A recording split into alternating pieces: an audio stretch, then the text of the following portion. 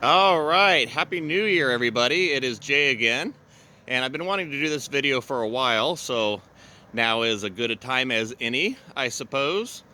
So what are we going to talk about today? We're going to talk about overwintering and protecting every type of fruit tree in your yard. Now, this is under the assumption that we get some freezes, and I'll tell you, here in the Arizona Valley, it's been pretty warm lately, and we haven't got any freezes yet.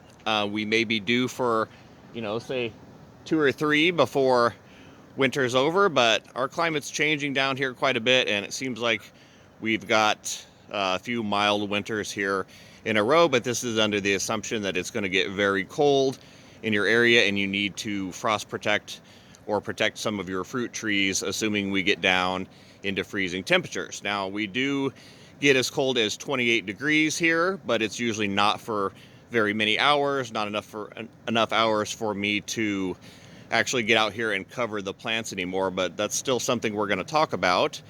And we're also going to talk about site selection, which I think is probably the most important thing, and picking the right place for the plants to begin with. That way you don't have to worry so much about winter protecting these guys over the winter. And I'll also tell you that you have to protect less trees than you think. So that should be good news to you guys, because it does get pretty cold, and I know you guys kind of want to grow a little bit of everything. So let's talk about these. And really the only way to kind of split this up is for me to kind of do the front yard and then do the backyard. So I'm going to cover pretty much all the plants if I can. So go ahead and pull the popcorn up, and let's kind of dive right into this. I'm going to go kind of briefly over things. I could spend a whole video on each plant, definitely, but we're going to just kind of group them up, and I think I'll have all the information in here if you watch the videos. The other thing is I'm going to be referring to bigger plants and smaller plants. And when I say that, what I mean is the trunk diameter on the plant, basically. So when I say a bigger plant, that means the trunk is at least 1 inch or bigger. And if I say a smaller plant, then that's referring to a plant that is 1 inch trunk diameter and under. That seems to be sort of the marking line there on whether or not you have to do something with the plants. So I guess what we'll do is we'll kind of start up here in the front. Like I said, I'm going to go through these very, very quickly, and I'm going to try to split them up probably by the front yard and the backyard. But let's start here, right here with citrus. So citrus, you do not have to winter protect. The good thing about these is most varieties of citrus, and yes, there are a few varieties that will freeze, but for the most part, citrus in Arizona is pretty strong. You don't have to protect these unless it's a smaller plant, or unless it's a variety like, say, a pink lemonade or a pomelo, or a variety that's a little bit more sensitive to the heat and to the cold. But for the most part, citrus, you don't have to winter protect. And also, people, stop pulling your fruit off before it freezes, thinking that it's going to freeze solid on the tree. That is not the way citrus works. It's going to get sweeter and juicier and much more edible after the cold. So you kind of wait through the winter, and then here in January, February, March is when you're going to be picking your citrus. Stop picking these guys early and stripping all the fruit off the trees. So as you can see here off this mandarin tree, I have not picked the mandarins yet. In fact, they're going to get sweeter, and they're going to get a little bit more bright here in color as winter goes on, and I can eat these anytime in the spring. But if I had stripped all these fruit before winter in, say, November or December, then I wouldn't have any fruit, and I wouldn't have the best, sweetest fruit when spring came. So you gotta leave your citrus alone, guys. You gotta leave your citrus alone.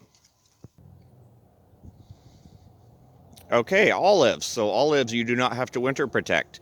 They are probably one of the strongest plants that you could actually probably put in Arizona. They have no problems with the summers, they have no problems with the winters, and they fruit beautifully. So olives, you do not have to cold protect. Okay, so while I'm right here, Chiku sapote, or the sapote family of plants. So Chiku sapote, they usually fruit during the winter.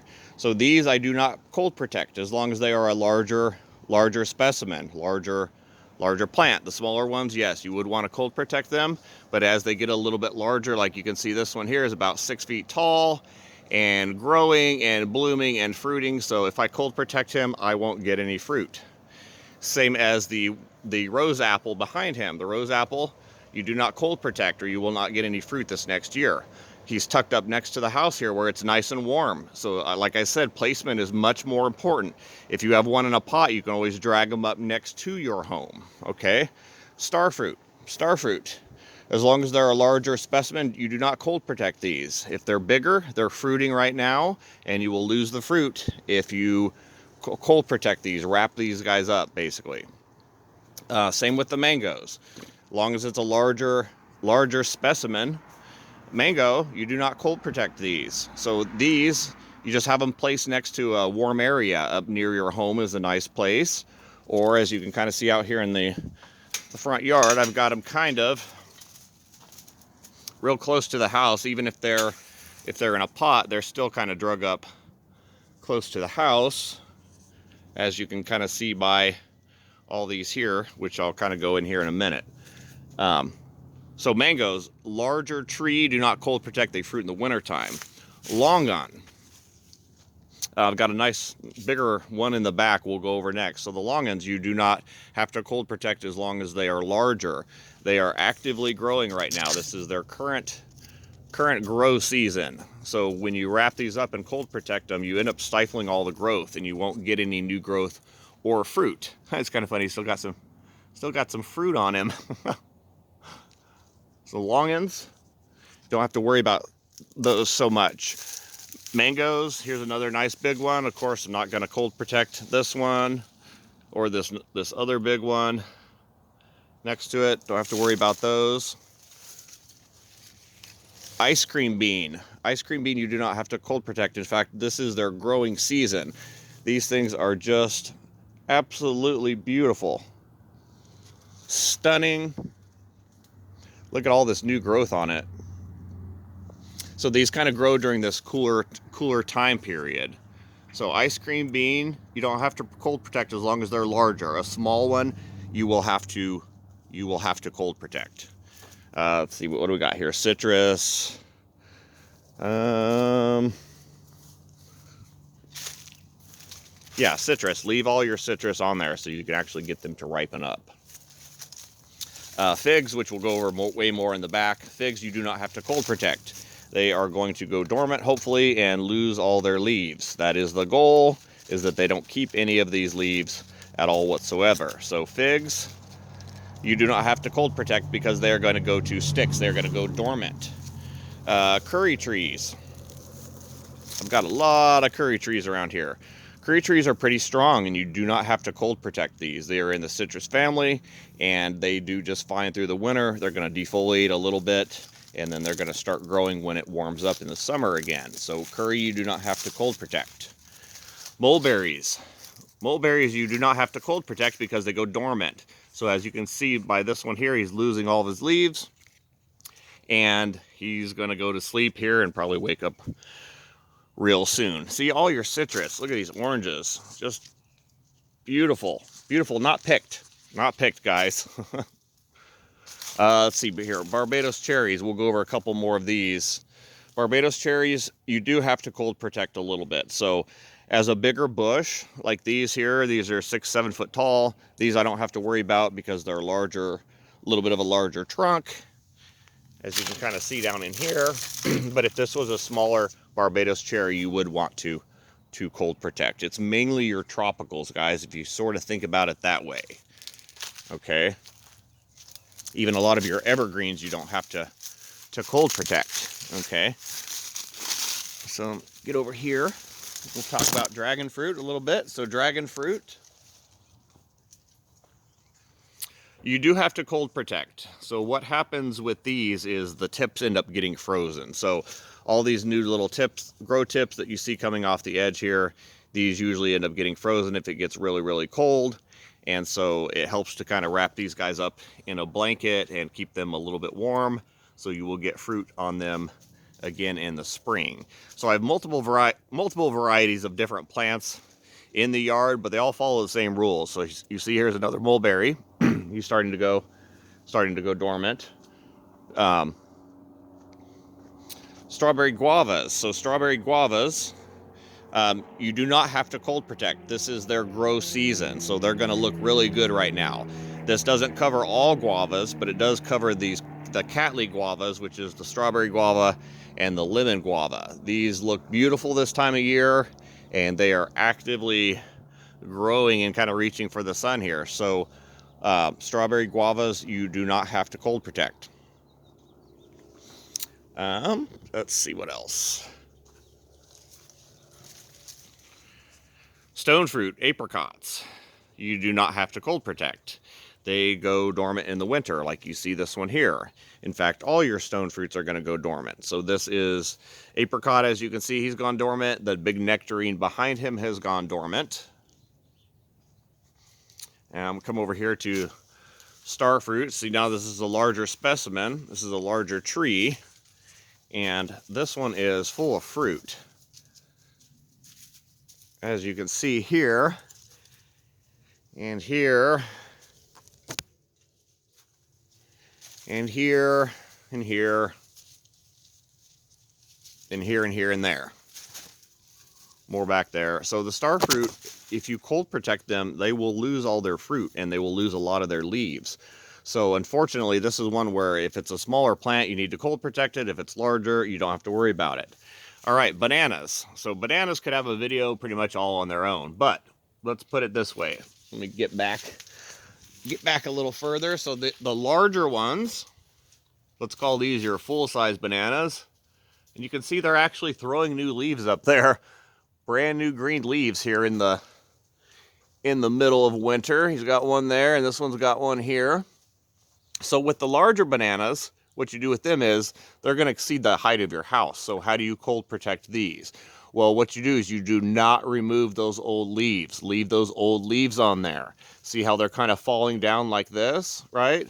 So what you do is you take all these leaves that have kind of fallen down like this, and if there's a few more up there that are dead, you can go ahead and break those down, and you're going to lay those down around the trunk of the tree, and you're going to wrap those around the plant. So it's more or less giving you its own winter protection. So instead of clipping all these off every year like people like to do, it keeps them from burning in the summer, and it keeps them from freezing in the winter. So all you have to do, like I said, is bring all these fronds down and wrap them with something like a cord, and you will protect the actual core of the banana tree, which is the important part, which is this part. You want to keep this all nice and warm. And you do that by keeping all this old insulation and by just wrapping it down around the stalk and tying it down. And that way you're going to keep the bigger banana plants alive. Now, the smaller banana plants don't follow the same rules exactly, but we'll go over those when we get to the backyard. Now let's talk about them being small in pots. So if you have some bananas that are small in pots, you definitely want to bring those indoors or bring those up close to the house, because the smaller ones have a tendency to freeze.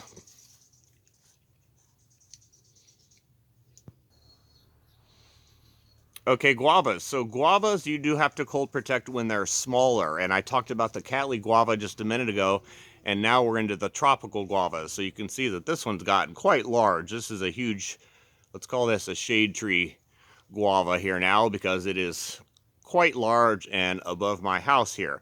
Now you can see that in the summertime it was being shaded by the apricot. So during the summer it was kept all nice and cool, and now during the winter, when it does need its light and its warmth, you've got the apricot that's defoliated and the nectarine behind it, which allows a lot more sun back in here to the house and to kind of warm up the bananas, the star fruit, the guavas,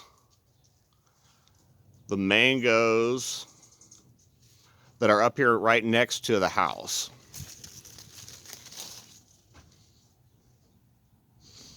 And then also, I've got some that I've just put up here on the porch, or on the patio, because this is good enough for them. And like I said, the mangoes are going to be fruiting here soon. So you don't want to give them too much shade and darkness and protection, otherwise you won't get any fruit. This is another chiku sapote, which is like what we talked about out there on the driveway. And man, they're just gorgeous. Just a beautiful evergreen plant that you don't have to worry about in the summer or the winter. I mean, look at the leaves on this thing. Huge leaves on these. So yeah, I've got some of the larger mangoes up here where it's a little bit warmer, and starfruit where it can take advantage of the warmth of the house. If they're a little bit smaller, you don't want them too far out into the yard or they are going to freeze. So I try to keep everything within a good, I don't know, let's say 10 to 12 feet of the house, of anything that I want to either cold protect or save over the winter time. So you can see just nice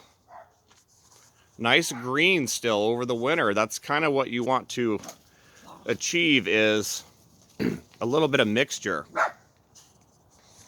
where you've got some things going dormant and you still have some things green and actively growing, kind of all mixed together, so that you don't have a boring winter landscape where everything is sticks. Because I'll tell you, if it's all deciduous trees, it pretty much all goes to sticks.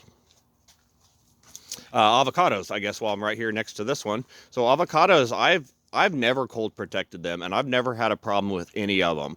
For the most part, from what I can tell, avocados are good down to, for the most part, down to 18 to 20 degrees. Like, it seems like these guys are actually pretty hardy, and that surprises you because they're so weak in the summertime. But I'll also tell you that is that it seems like the plants that are weak in the summertime, like let's say a loquat tree or a pineapple guava tree, the ones that kind of don't like the summertime, they do really well during the winter time. So when it's really cold and cool outside and you think that those might not do well, well, that's their jam. That's their time of year. So like I said, the loquats look pretty miserable from after summer, but they're going to start looking good real soon as it cools, and they're going to start blooming and fruiting. So you have to be very careful on what you do as far as cold protecting and wrapping these guys up too much in the wintertime, because if you go too far with them or you do too much protection with them, then what ends up happening is you lose the fruit off of those particular trees, the ones that more or less set fruit in the fall, which is a lot of tropical trees. You do have some that fruit in the summer, you know, like the mangoes, but they're flowering like real soon now in the wintertime. Once we've warmed up here just a hair. So you're really kind of riding that fine line on a lot of these plants where it's like, do I protect it or not? And it really comes down to the size, like I said. So if you guys look at that the trunk diameter of all your plants, if that trunk's at least a 1-inch diameter, then chances are it's going to be okay outside. And like I said, that's mainly more towards tropicals and evergreens. Your dormant trees, you're really not worried about them getting cold. So they can be a 1/4 inch thin, or they can be, 2 inches thick, and the cold's not going to bother them like it will these tropicals. And really it kind of follows that rule with everything. I am going to try to attempt to put part 2 onto this video here, but if for some reason I get cut off, then that will be part 2, and that will be the backyard plants, and there are quite a few more back there. All right, so kind of going down the line here. So carob trees. If any of you guys have a carob tree, a female fruiting carob, or a male carob, I guess, for that matter, you do not cold protect these. These are currently flowering and fruiting. Let's see if I can get a little picture here, but that is their flower bracts. So you do not want to cold protect these. So I guess kind of good news is, guys, you're not going to be cold protecting very many things. Fig trees. You can see this one's gone completely dormant. Figs you do not protect. Plums, we kind of gone over stone fruits and plums already, and plums you do not have to cold protect. Apricots and apriums, you do not have to cold protect. They are in the stone fruit family, and that is another one You know, that's not, those buds are swelling. You know, that's not normal. All right, I'm gonna have to check out a few more as we go here. Okay, starfruit. Got a nice big starfruit here against the house. This one has done the best, obviously, because it is against the house. He's got some nice fruit on him. This one's got a nice trunk diameter. And so this one, you do not have to cold protect. Figs, back to this one here. You can see he's yellowing out, losing all his leaves. Figs, you don't have to worry about. Guavas, kind of went over the guavas a little bit. If it's any kind of tropical guava, like a tropical pink, or a Mexican cream, or any of that type of tropical guava with the big leaf, you will have to cold protect because the tops will freeze. Good thing about those is they regenerate from the bottom again, and you get a lot of this beautiful, awesome growth. Oh, it's pretty dark today. I'm trying to get the lighting right.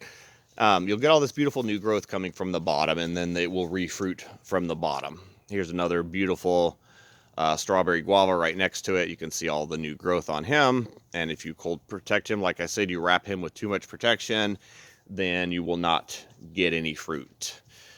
Key apples, or Kai apples, you do not have to cold protect. Proving apples. Let's stop at these guys real quick. So proving apples, you really only need to cold protect the tips.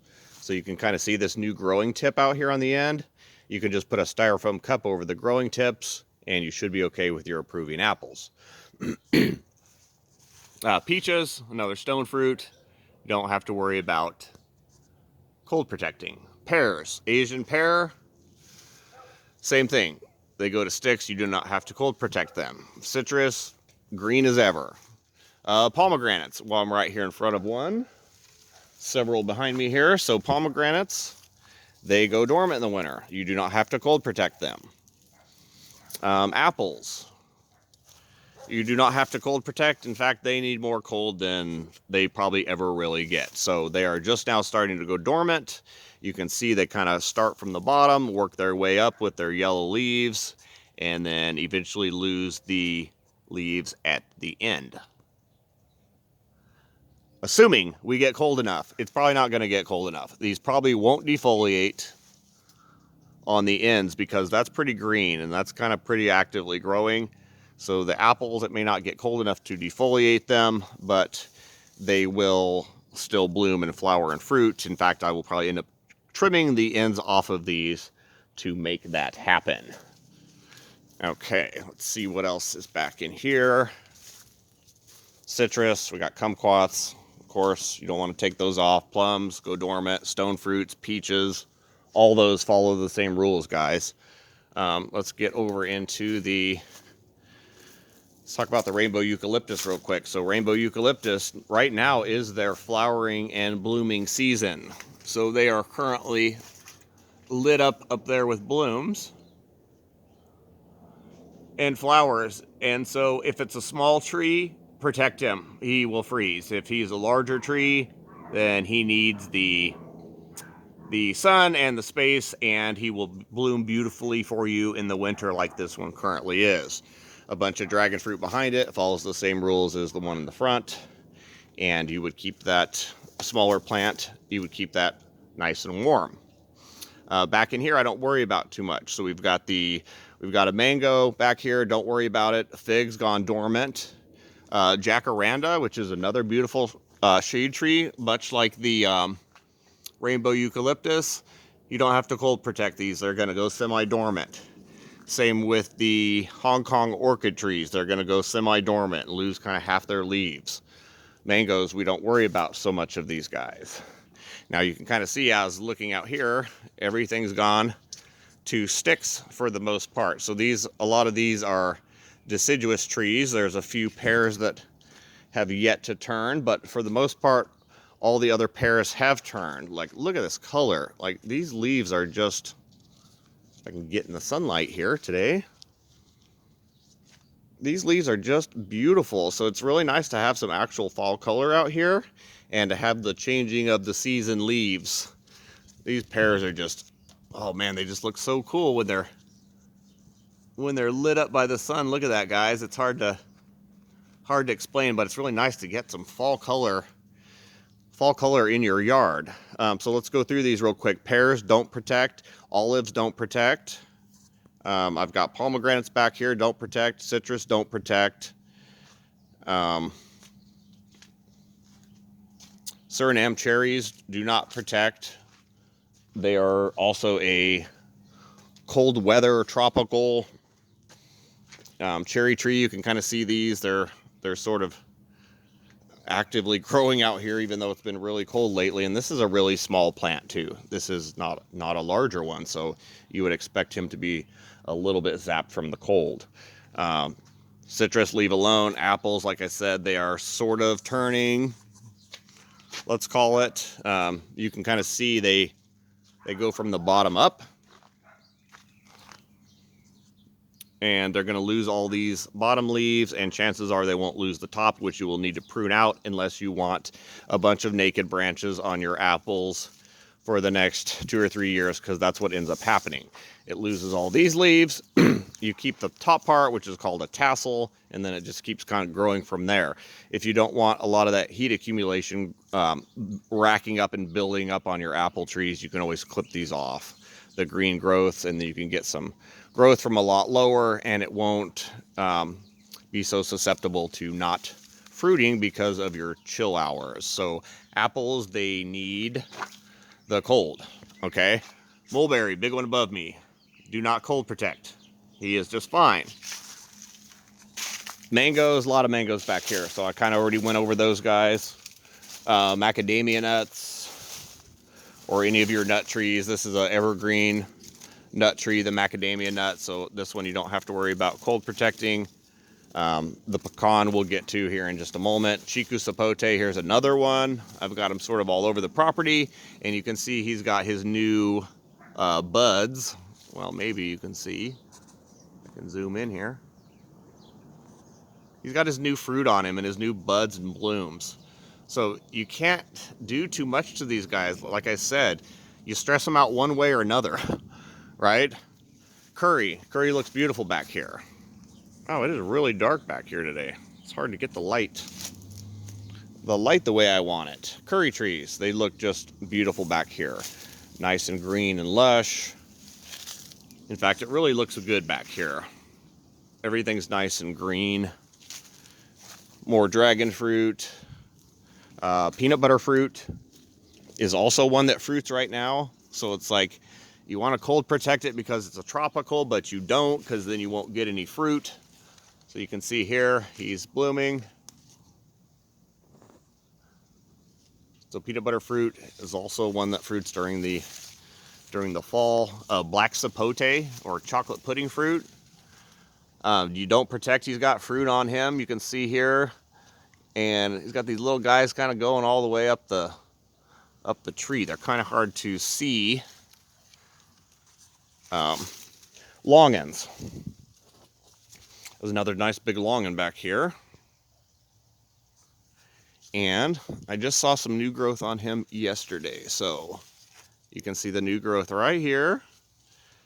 He is actively growing. So this is another one where you don't really want to cold protect it. You want to just have it in a climate that's just a little bit more suited for it.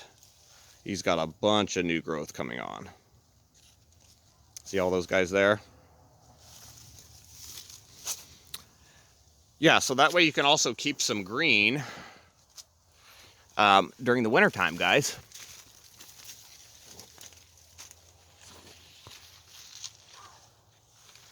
Get back in here where these avocados are.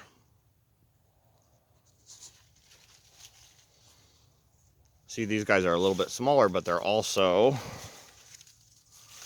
underneath these big mango trees, which is protecting them in the winter time if they needed it, and in the summertime as far as that goes. Another big Barbados cherry back here. Owari satsumas. Nice big mango trees. Just look really good this time of year. Grapes. So grapes you do not have to cold protect because they are going to go dormant. See if I can get a shot of this beautiful fall color. This is another one that gives you some really beautiful color, is your grapes. And they're going to give you different color depending on the varieties. Some are yellow and some turn red when they lose their leaves. Look at that big star fruit behind it. Big old star fruit. It's almost as big as my peach tree now, which is pretty amazing. So star fruit follows the same lines. Peaches, they go dormant. And there's just little examples of every plant planted here, and it's in 2 or 3 spots, so really I can kind of cover it in multiple locations. But this is a black Suriname cherry. He's doing really good planted back here underneath that giant starfruit tree. And then right next to it, I've got a nice red Malaysian guava. And he's kind of grown up into the trees now also.